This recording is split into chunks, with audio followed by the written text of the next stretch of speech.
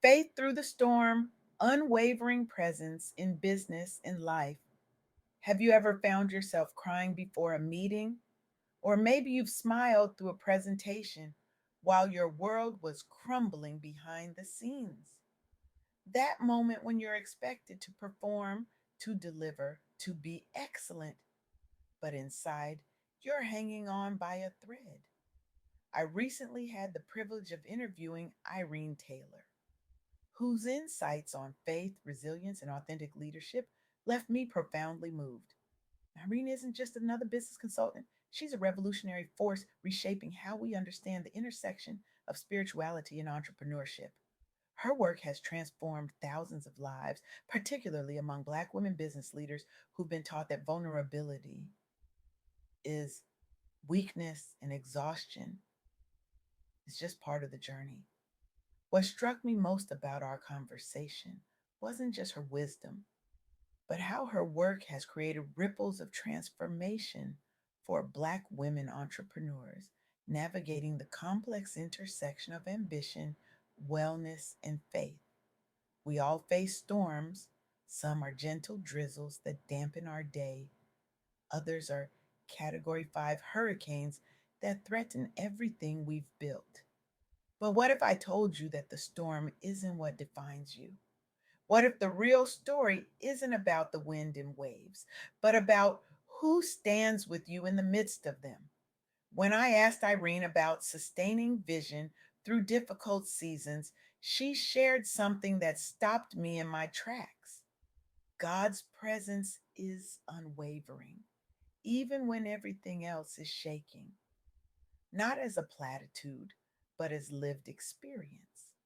The kind of experience that comes from having your own business nearly collapse during a recession, the kind that comes from facing health challenges while trying to meet payroll, the kind that comes from walking through fire and finding yourself not consumed, but refined.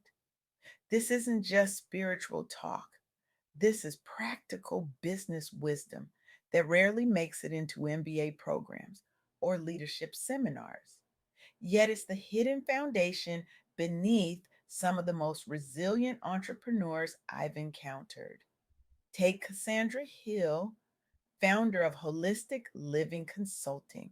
Before building her thriving practice, Cassandra was drowning in corporate America, battling burnout and chronic illness while checking all the success boxes. Sound familiar to anyone? I see those nods. Cassandra was the woman who never missed a deadline, who answered emails at midnight, who pushed through migraines because that's what professionals do. She was the woman who kept a change of clothes in her office for the night she never made it home. The woman whose medicine cabinet looked like a small pharmacy just to keep functioning at the level expected of her. The turning point came not when she found a better time management system or productivity hack.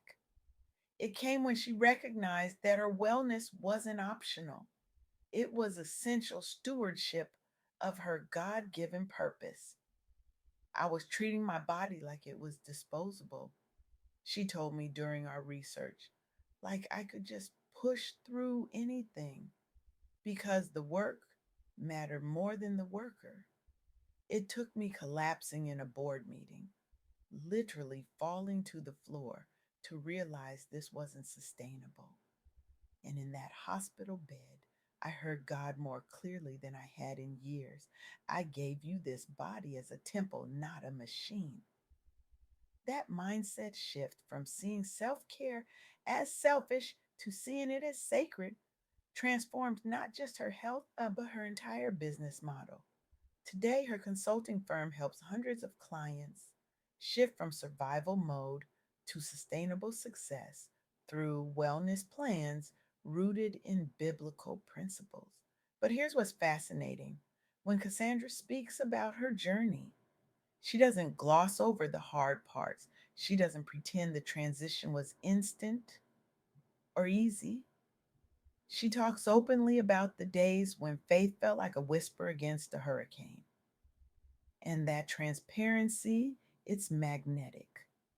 Which brings me to the second insight from my conversation with Irene Taylor.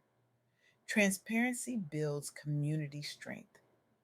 We live in a culture of carefully curated highlight reels.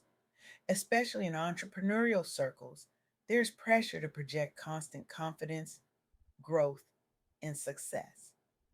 But what if our greatest contribution isn't our strength, but our honesty about our struggles? Consider Jasmine Marie, founder of Black Girls Breathing. Jasmine recognized that high achieving Black women lacked safe spaces to process stress rooted in racial trauma while juggling professional demands. So she built one, a virtual community that's now supported over 16,000 women through breathwork practices grounded in both science and spirituality. What makes this community so powerful isn't just the breathing techniques, it's the radical permission to admit when you can't breathe, to say, I'm not okay right now, and to be met with understanding instead of judgment. There were days I couldn't get out of bed, Jasmine shared during our research, days when anxiety felt like it was crushing my chest. And I realized if I, someone teaching breath work, couldn't admit that, what hope was there for creating authentic healing spaces? Her vulnerability became the doorway through which thousands found their way to healing. Not because she had it all figured out, but precisely because she didn't pretend to. This brings us to perhaps the most compelling story I encountered while preparing for my conversation with Irene Taylor, the journey of Lisa Price, founder of Carol's Daughter. Imagine starting a beauty brand from your Brooklyn kitchen table with just $100. That's exactly what Lisa did, eventually growing Carol's Daughter into an iconic brand, now carried in over 1,000 Target stores nationwide. But the path wasn't smooth. Lisa faced undercapitalization typical for many Black founders, plus skepticism about whether natural hair care could ever go mainstream, all while balancing motherhood during economic downturns. What sustained her? In her own words, God was always my CEO. Lisa leaned heavily on prayer during setbacks and embraced transparency around challenges rather than projecting perfectionism. As she told Authority magazine, there were days I cried before meetings. I was running out of energy to pretend I was okay. That honesty fostered deep customer loyalty among those who saw their own stories reflected back at them. Not just product marketing, but lived testimony. When Lisa eventually sold Carol's Daughter to L'Oreal USA, she remained involved as founder emeritus, a testament to building legacy without abandoning core values or spiritual roots.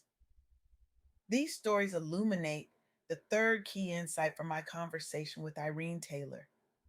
Prioritizing wellness isn't just a luxury, it's essential for sustainability and thriving. The narrative that Black women in particular must sacrifice themselves on the altar of achievement is both pervasive and destructive. It shows up as the expectation to work twice as hard for half the recognition. It manifests as the pressure to be endlessly resilient, perpetually strong, unfailingly excellent.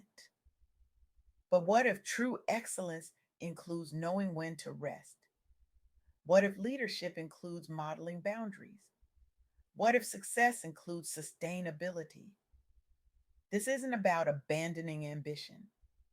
It's about anchoring it in something deeper than external validation or financial metrics. It's about recognizing that your well being isn't separate from your business strategy, it's central to it.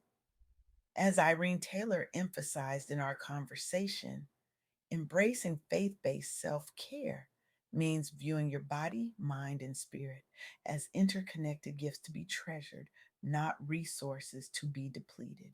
I'm reminded of the biblical principle that you cannot pour from an empty cup. Yet, how many of us try? How many of us run our businesses, our ministries, our families on spiritual and emotional fumes, then wonder why we feel disconnected from the very purpose that once energized us? The women in these case studies aren't suggesting we abandon responsibility or commitment. They're demonstrating a more sustainable way to honor both by first honoring the vessel through which all our work flows. This isn't soft or indulgent thinking, it's strategic wisdom. Because the truth is, burnout isn't a badge of honor, it's a business liability. Exhaustion doesn't make you more productive, it makes you less creative, less intuitive, less able to recognize opportunities or navigate challenges. When Lisa Price said, God was always my CEO, she wasn't abdicating business decisions. She was acknowledging a partnership that sustained her through impossible circumstances, a presence that remained unwavering even when everything else was uncertain. That unwavering presence is available to each of us, regardless of our faith tradition or spiritual practice.